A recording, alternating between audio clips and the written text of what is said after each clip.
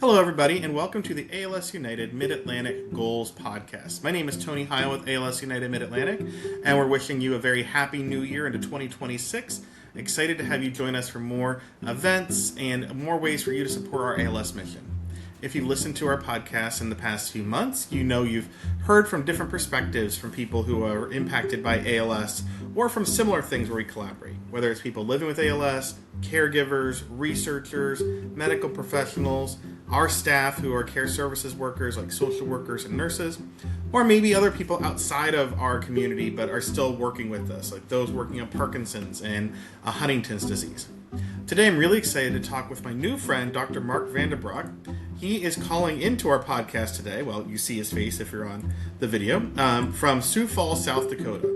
He is a thanatologist, so he's going to explain what that means exactly, but it's really important work. And he has a doctorate in psychology with over 40 years with a focus on grief and counseling around the world, helping to comfort people and help them get through so much when it comes to not just ALS, but grief for so many things. And he comes to us recommended by our team at Penn State Health Hershey Medical Center, who have worked with Dr. Mark for many years and understand his commitment to ALS families and the compassion he brings and how it can improve their lives. As always, please visit our website at alsmidatlantic.org to learn more about our care services, our partner clinics, and how you can support our mission. And with that, Dr. Mark, thank you for talking today. Well, thank you for the invite. I appreciate it. I've heard about you a lot from Alaire, who is one of our staff at Penn State Health Hershey Medical Center, from Steve Spalding, our Director of Care Services. But tell me in your words, what is your background that brings you to our ALS work? Well, many years ago, I've been doing grief work for, like you said, over 40 years. And Dr. Alaire approached me approximately 8 years ago, roughly, to see if I would be willing to offer some support for families that are going through grief, loss, and trauma, so to speak. And I gave it some consideration and really I believe, in what Dr. Alaire does and Steve and the Mid-Atlantic ALS organization. It is profound. To be honest with you, it's a wonderful organization of support. And I was honored to be able to join to offer grief support for families and individuals that have gone through this loss. Not only the death of somebody, but also a term that I use from Dr. Pauline Boss, ambiguous loss, kind of the layers of losses that happen with loss of speech, a loss of bodily function, loss of motor skills, those types of things. To me, that's so important for people to understand that you see these losses happening a long time before the actual death of someone, of a family member, a loved one. So you've been working on grief counseling and helping people through different processes for, like you said, 40 years. How has your understanding of grief evolved and grown since you started? I think it's for people to be more cognizant of the impact losses have on our life. I think that's one of the most profound things. Our society, Tony, I'm very biased, so forgive me, but I believe our society is, they're focused on not wanting to address the losses, not wanting to deal with it. Our society is quick to say, get over it, move on, those types of things. And that's really hard for people to hear. And it's like, as profound as this is, if you have a death of a loved one, of a family member with ALS, not only did you lose them, but you also lost your job, the job of caretaking. And so there's a lot of emptiness, a lot of void feelings in our heart. And that's, people struggle with that. What am I supposed to do now with my time? As dumb as it sounds, but it's actually pretty profound. Right. I think that, like you said, grief starts right away when it comes to something like ALS. And a lot of people, I imagine, they feel like it's not fair to talk about their own grief because they're dealing with their loved one who was recently diagnosed with something. But it's very important if a loved one of my family has something like ALS, and I have experienced that, to be open to talking about it as early as possible, right? You don't want to wait until years later. I agree with you 100%. And it's just not that there's anything wrong. And I think that's what our society says. Because you're grieving, there's something wrong with you. I never approach it that way. I want to be there for support to say, you know what? We need somebody to walk with us, to kind of understand, at least hear us out, not fix it. I think that's a big misconception with grief. We're supposed to fix it. And it's a human emotion that we need to address. And so oftentimes people just try to avoid it and not deal with it. And that can have some really bad repercussions of negative outcomes, so to speak. Right. I know that so many people with ALS, they crave touch, they crave a hug, a kiss, and for it to be genuine and not like an awkward thing because they're a real person. And I imagine on the other end, a spouse really craves that hug that they're not able to get, like that kiss they're not able to get, Absolutely. and they may feel guilty about even articulating Exactly. So what do you do with that? You know, that. you just don't ask a random person for a hug or those types of things. And it's just like, those are the things I really want to help people address, to deal with some of the anger, which is very normal, that comes about, and to understand if we keep our grief in our mindset, in our brain, that causes more damage than anything else. And I try to help people relocate their grief, to move that grief from their 12 inches from their head down here to your heart, roughly. To say, okay, Yeah. we can focus on the disease, but your loved one is way more than the disease. And I imagine that for the person living with ALS, they're kind of comforted by their loved one's grief to some respect. Like, if I have a disease where I can't hug my wife, I want her to be sad that I can't hug her. That's affirming to me as well. Yes. I mean, it's a two-way loss. I mean, they're experiencing that loss just as profound as the person, the spouse or loved one is. Family members, they're experiencing the same thing, and sometimes it's hard for them to express what is going on. They almost seem trapped, like in Huntington's disease. It kind of that I'm trapped in my body and I can't get it out kind of thing. And that's what we really want to support and to journey with. And it takes time. There's not a quick fix. There's not a magic pill.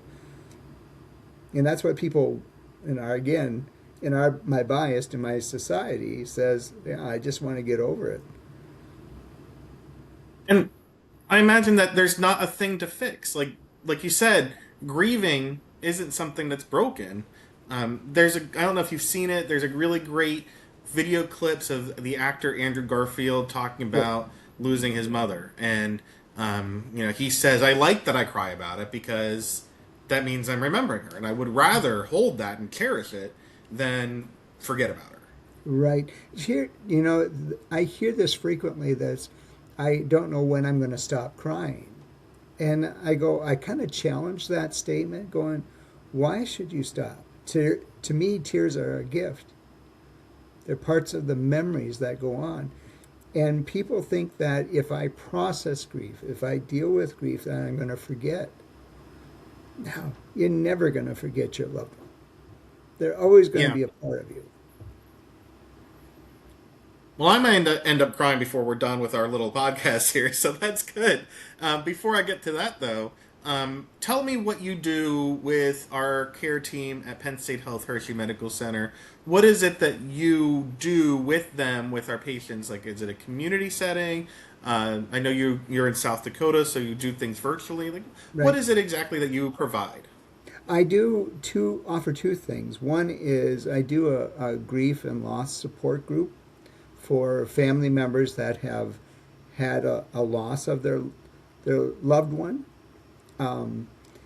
or I do some individual work if per recommendation from Dr. Allaire or from Steve Spalding to see if I can just do some individual stuff. And I have done that in the past. So it's just offering suggestions. Thanatology is teaching, is education. I want to be very clear. It's not therapy. I never want to say that I'm there to therapize somebody for having grief. It's a very normal reaction.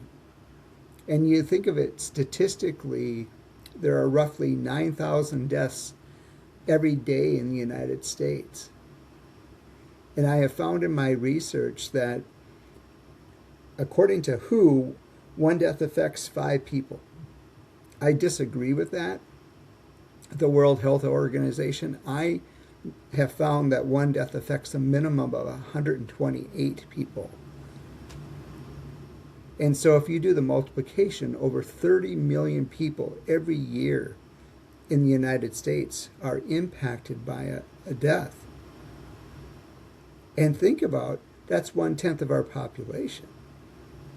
And you wonder why there is such frustration and low tolerance and anger and those types of things. But people just generally don't want to deal with it. And what is the impact of not dealing with it? Because I hear from many people about the physical effects of holding on to stress and not dealing with stress, which grief contributes to. So tell me, what are the impacts of not dealing with grief? Absolutely. Thank you for bringing that up. I have found in my years of doing this work that there are literally thousands of ways people grieve. But I have concluded that there are 4 major ways. The first way is physiologically. So what happens is you'll have more headaches, more stomach aches, your sleep will be disrupted, increased or decreased. You'll have aches and pains. From no reason. Actually, there can be a heart condition called the broken heart syndrome. I don't know if you've heard of that or not, but it's very legitimate, and that the different enzymes in our heart literally break. It's not a heart attack, but it often acts like such. And so that is profound. I worked with a gentleman a number of years ago.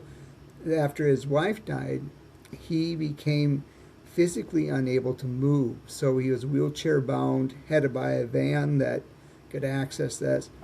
The problem with that is that he went to a lot of medical universities to get tested, and it was referred to me, and we just talked about the death of his wife. And as he talked about it, he goes, nobody really talked about her. I went back to work. I assumed the ritual of doing things, and nobody talked about her, and nobody shared memories. And so it all stepped inside, and eventually, as profound as it is, Tony, he began to get movement back. And that in the psychological world, it's called a conversion reaction, but it's dealing with that stress that people have. It's like, what in the world am I supposed to do with it? This is the hardest thing that anyone has to deal with. I grew up on a farm. I baled hay. I picked rock. Grief is the hardest work you'll ever do in your life. And it's something we'll all deal with. Right. The only way you don't deal with grief is if you're gone too soon to have been impacted by it. Right. So that physical grief is one way. Second way we grieve is cognitive grief. Our brain grieves. And so we have the 2 hemispheres in the middle of the corpus callosum, but every second we have about 200 synapses that fire back and forth. But when we have a death, that middle area becomes cloudy. And our concentration, pardon the French, sucks. What did I do with my car keys? What did I do with my phone? I'm at the grocery store. What was I supposed to pick up? And people think, oh my gosh, I'm going crazy. You're not. That's the impact grief has. It distorts our concentration. So it takes time, and we need to be gentle with ourselves to get to that awareness again.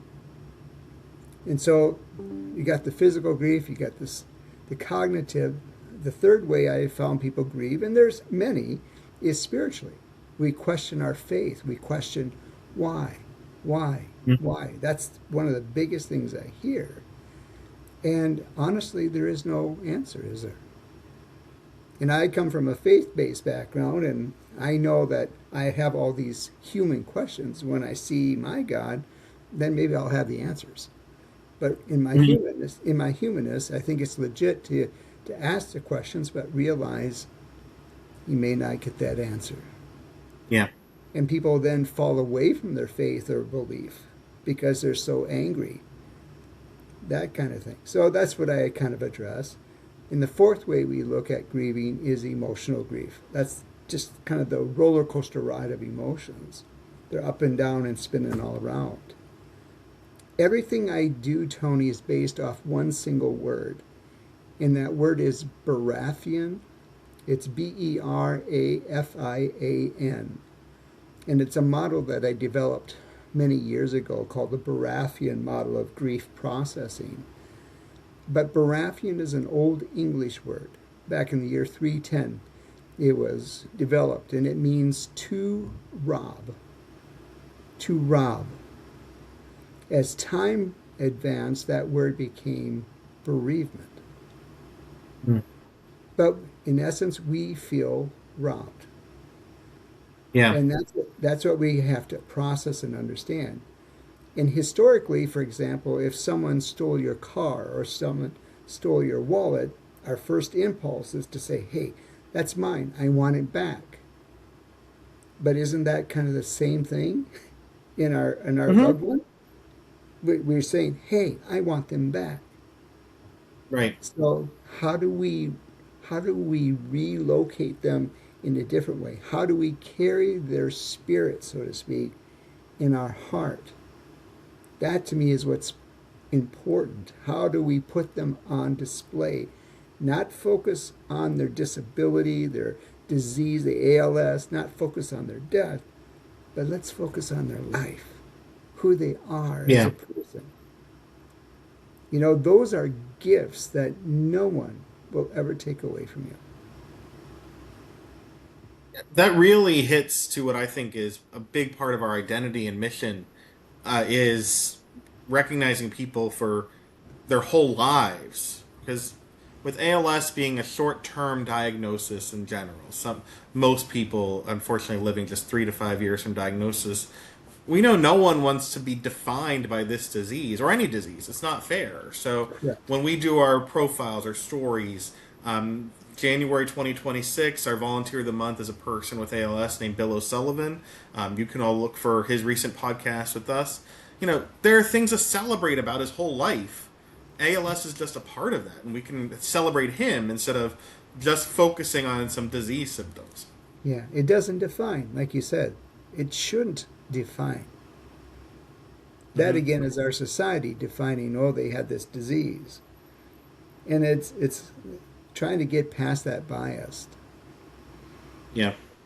It's like I think it was Batman, one of the Batman movies, where they said that power doesn't change people, it reveals their character. And just like challenges, ALS or other kind of thing, doesn't change you so much as reveals your character. And we can decide if that character is something that's going to be compassionate, empathetic, or one that is, narrow-minded, maybe. Correct. Yep. And believe it or not, Tony, we do have a lot of say and control in our life. You know, people often think I don't have that much, but we really do. And I think there's a lot more science about that now than ever before, right? Like there's a lot of things that people can do to improve their outlook on life if they choose to. And it's okay if you don't. You're not judging necessarily, but there's exercises you can do that can help with your own mental health and happiness and well-being, so you can feel better about your life in the world. Yeah, and some would say, it's a choice. Like you said, it's okay. Is today going to be a good day or today suck? I look at it, well, every day is a gift, isn't it? I try to break it down, saying, every single day is a gift. and what do we choose to do with it? Hmm. Do you think that your work in grief and helping so many families, because I imagine you have supported in some way thousands of families in these decades, does that impact your own outlook where you take more gratitude in life, Oh, having witnessed so much grief? absolutely. I mean, I've been down this road, not to the ALS aspect, but a year ago in October, I in essence died. I had a Yeah. heart attack. I had a major surgery. I was told I was not going to live, so I had to say goodbye to my whole family. Um, it was pretty powerful. I mean, I've been doing this work for a long time, but to be at a point in your life where you're actually saying goodbye to your family, it changes perspective. That's where I'm Yeah. saying every single breath, every single day is a gift. So if someone is listening to this and they have a recent diagnosis in their family, what are some things that you might recommend that they look for, whether they're talking with you in Penn State Health Hershey Medical Center or talking with their own doctor or nurse? Are there things that you think they should look for or ask questions about to help? You know, they can certainly ask, but one of the things I suggest to people is to write their stories.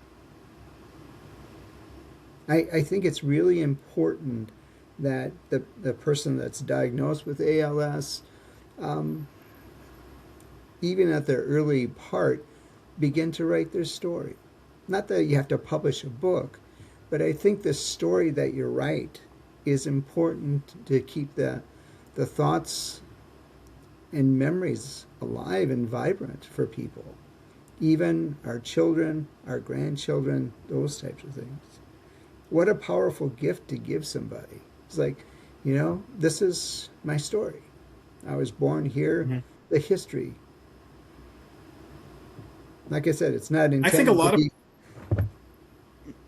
not intended to be a I, top seller, but it's for the family. well, I found that a lot of people are probably more interesting than they give themselves credit for. And a lot of I, people, well, yeah, because I've done our stories, and I'll reach out to someone and say, "Hey, we want to do a story about you," and they'll say, "I don't know," and then they'll send some notes, and like, "Wow, I would not have guessed that you spent time in Norway or in South Africa, or or that you were a volunteer for the Scouts." You never know, and people end up having a much more interesting life than they recognize. absolutely. Yeah, we tend to minimize what we have done, but for others looking in, they're saying, "Wow, how cool is that?" Even, as we Mhm. talked before we started about the traveling the United States, how many states have you been to? And to say, you know what, I remember going to this state and those types of things. And it's like, it's maybe a bucket list for people to say, I want to get to as many states as I can. Mhm. You mentioned about heartbreak and the physical response to that. It reminds me of my grandparents because my grandfather passed away from ALS in 2007.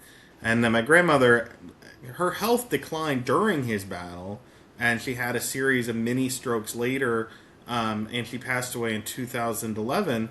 And I think it was pretty clear to all of us in the family that dealing with his ALS and the grief from it almost certainly led to her declining health, and even if she didn't recognize it at the time. Yeah, I wouldn't doubt it at all. I oftentimes see that, like in the rural area that I live in, if a male dies, the female will die within 6 months.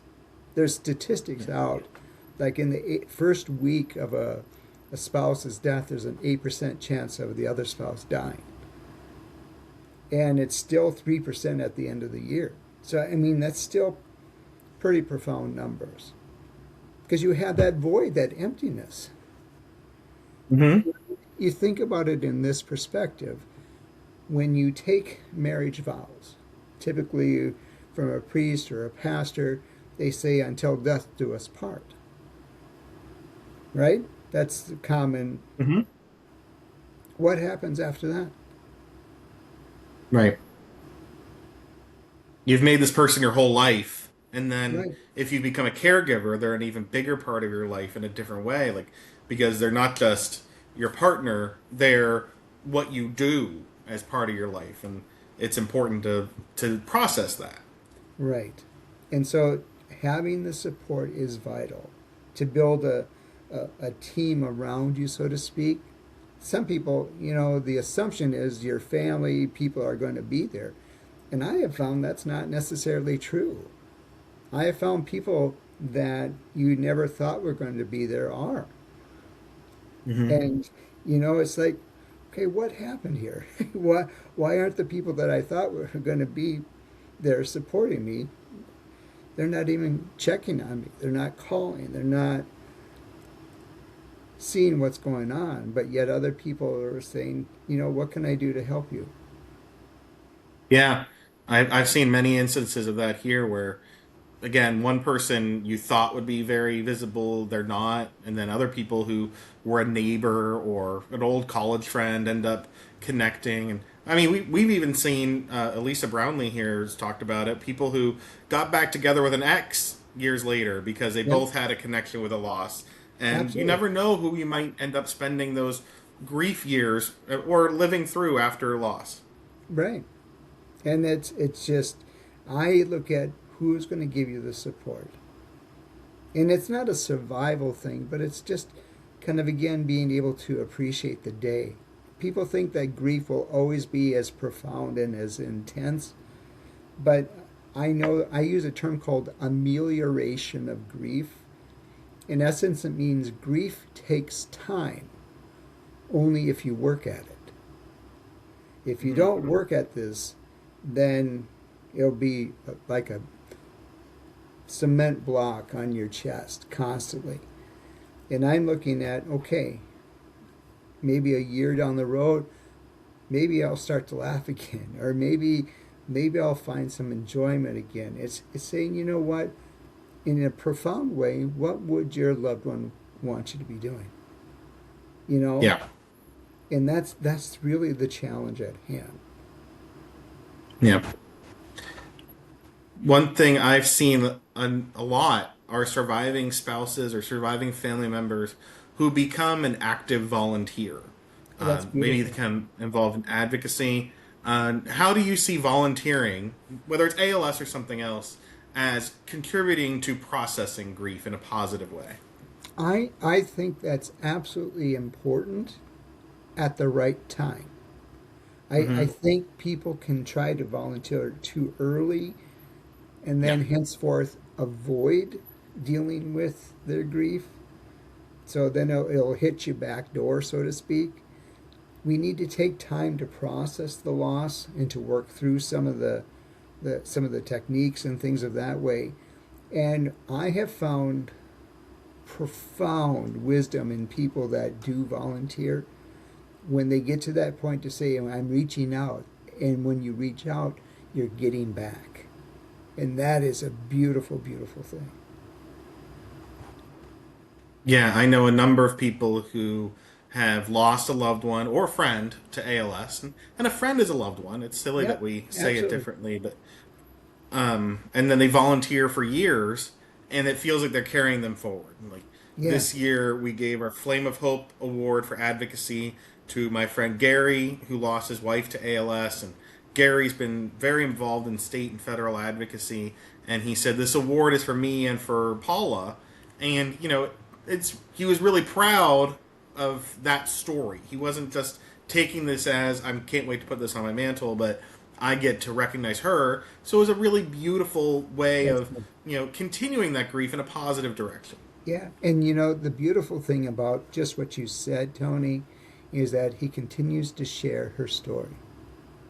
Yeah. When you volunteer, particularly like ALS, and with your organization, Mid Atlantic, it's like, for example, if you lost your spouse to it, being able to offer that story to say, you know what, I'm there with you. I understand.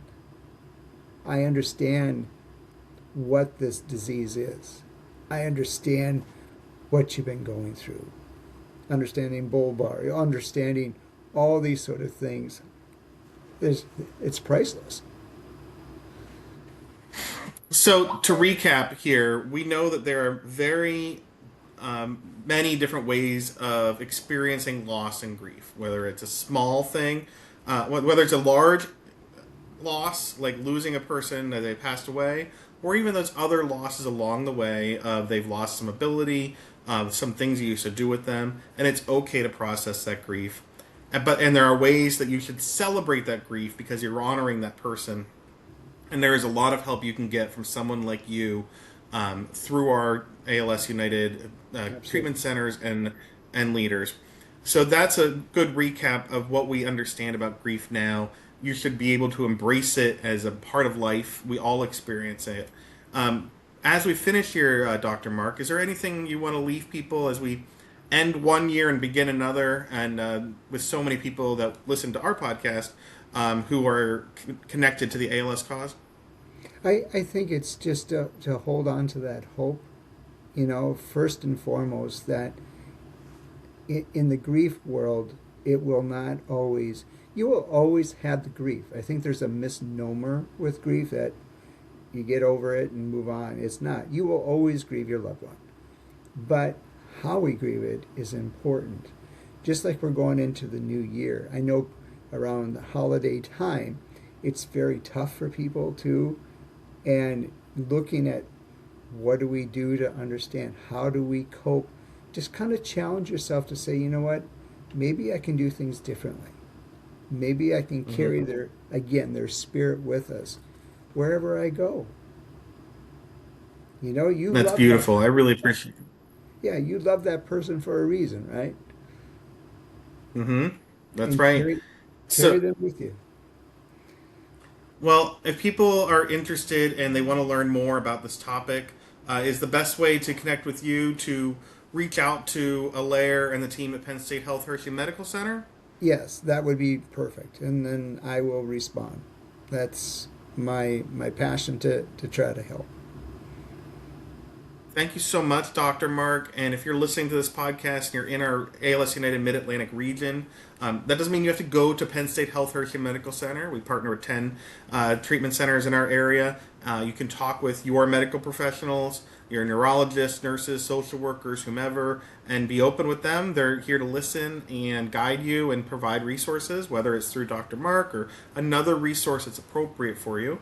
And again, if you ever want to learn more about our services and our events and how to be involved, please visit us at alsmidatlantic.org. That's how you can learn about Penn State Health Hershey Medical Center and Alaire and connect with Dr. Mark. So thank you so much, Mark, for all you're doing for our ALS families, for helping us feel validated in our feelings, and help us live better lives as a result. Well, it's my honor to do so, to be able to walk with people. So thank you for being able to share. Thank you so much. Please listen to our past episodes, subscribe, share to create more ALS awareness, and we look forward to seeing all of you at upcoming ALS United Mid-Atlantic events. Thank you so much for being part of our ALS community.